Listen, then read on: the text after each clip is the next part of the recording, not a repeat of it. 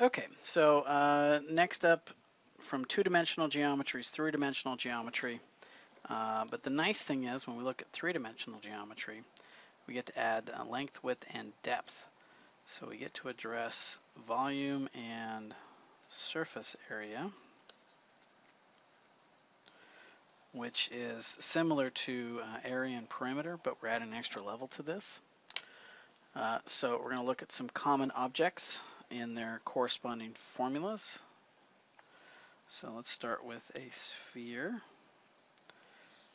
So a sphere, sort of a three-dimensional circle.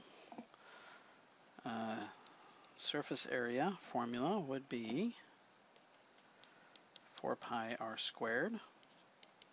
And the volume formula would be 4/3 pi r cubed. That brings us to a cube. Okay, so a cube is a three-dimensional square. And its surface area formula is 6L squared, where we got each length being L. And the volume for a cube is L cubed, what we consider to be length, width, depth. Since they're all the same, we just cube it. Then we have a rectangular prism.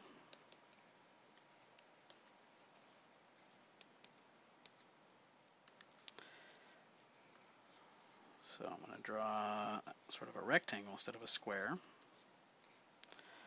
And now our surface area formula.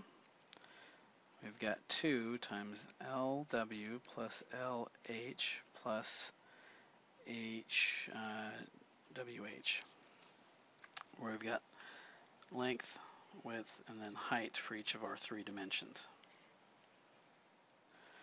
And then the volume is just length, width, height. Then we're going to look at a right circular cylinder.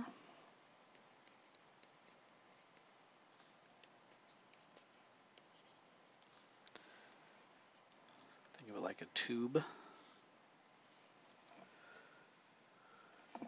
And surface area in that case would be 2 pi r squared plus 2 pi r h. And volume is pi r squared h.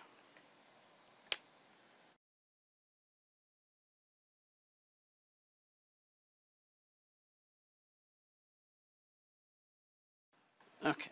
A water reservoir has a rectangular base that measures 30 meters by 40 meters and vertical walls 15 meters high. It is filled to the capacity. At the end of the summer, the water depth was 4 meters. How much water was used? Okay, so we've got, looks like a rectangular prism to start off with.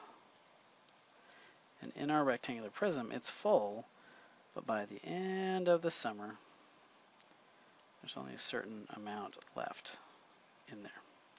So by the end of the summer, we're at 4 meters, where initially we started off at 15 meters. So the volume at the start, we're just going to take the 30 times the 40 times the 15, and the volume at the end will be 30 times 40 times 4. And then we're just going to multiply those numbers together. So 30 times 40 times 15 is 18,000 cubic meters, or meters cubed. And then 30 times 40 times 4, I get 4,800 meters cubed. I just realized I wrote centimeters. It should be meters cubed. So how much water was used? We're going to subtract those two numbers. 1,800 minus 4,800.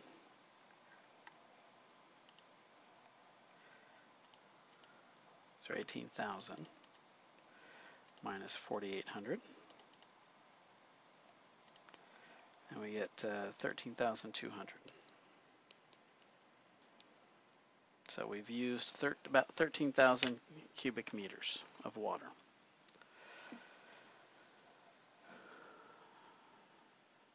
Okay, the 5 perfect solids are... Okay, so the 5 perfect solids are the 5 objects in front of you. You've got a tetrahedron, a cube, an octahedron, a dodecahedron, and an icosahedron. What makes them perfect is each of the faces are regular polygons. So in a tetrahedron, you've got each side is a equilateral triangle. In a cube, you got each side is a square.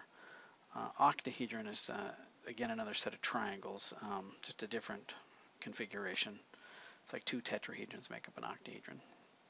A dodecahedron is based on pentagons, and an icosahedron is again based off triangles. So anyways, just perfect solids. What makes a perfect solid perfect is that each of the faces are made up of regular polygons. Okay, scaling laws refer to if we are comparing 2 shapes and we keep everything the same, but we change one factor. How does that impact the overall change of the length, width, height, area, whatever? So when we're comparing lengths, for example, so we're comparing lengths, kind of think if we take 2 objects and we change just the lengths about them, well, whatever, if one is, say this one's 3 and this one's 6, the one is twice as big. So all we do is change whatever scale factor governs the length, the change of one side to the other governs the whole shape. So lengths have a linear scale factor.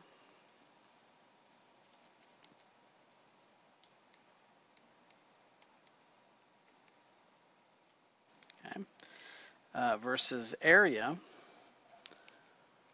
Okay, so now you think if we take an object and we mess with length and width, so we make it say twice as big, not only is the area, so it's not just that it's 2 times, but it's 2 times 2 times as big. So areas have a square scale factor.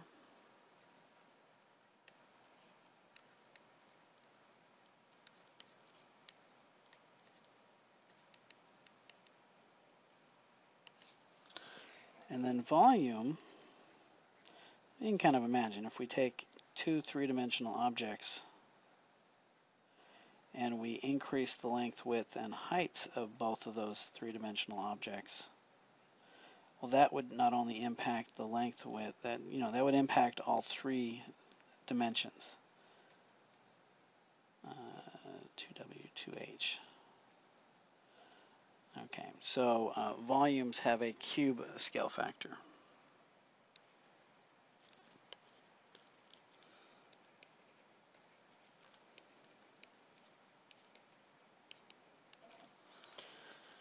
Okay, so kind of put this in perspective. Suppose that we magically double your size. That is your height, your width, your depth, everything's doubled about you. So meaning if you're 5 feet, we double your height, so now you're 10 feet. By what factor did your waist increase? Well, waist is like perimeter. Sorry, your waist size, your belt size, would be like changing perimeter of an object. And that's a linear scale factor. So your waist size would be double, because it's just everything else was doubled, so we're just going to double the waist size. The material in your clothes, this is more like surface area. So the material for your clothes would be not double, but double squared, since we're squaring the scale factor. So the material in would be 4 times bigger. 4 times more. And then weight would be a volume concern. So if we double all the dimensions, then your weight not only would be double bigger, but it would be double cubed. So your weight would be 2 cubed, or 8 times bigger. So when you're asked to compare changes, you just have to think about whether the thing you're measuring is in terms of lengths, widths, or if it's an area thing or a volume, and just convert the scale factor to a similar number.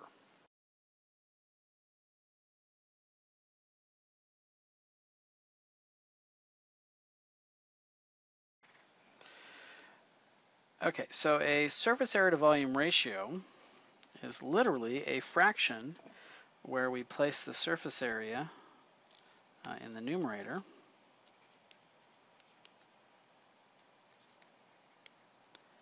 and the volume in the denominator. So this fraction we get compares surface area to volume. Now, some characteristics or properties of that is that larger objects have a smaller surface area to volume ratio than similarly proportional smaller objects. So larger things have smaller surface to area ratios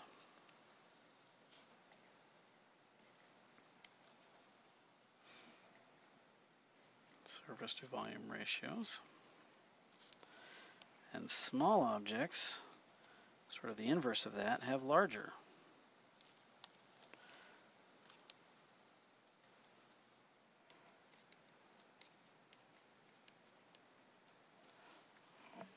Okay, so you're probably thinking, well, what does that have to do with anything? Well, let's look at the application problem here. Suppose you only have a few ice cubes and you want to cool your drink quickly. Should you crush your ice before you put it in the drink or not? Well, what cools down, what does ice do? Ice lowers the overall temperature. So if you want it to have a larger surface area to volume ratio, you need to have a larger object. So if you crush it, that's going to give you more surface to interact with the drink, and thus would have a larger impact on cooling the overall temperature down of the beverage.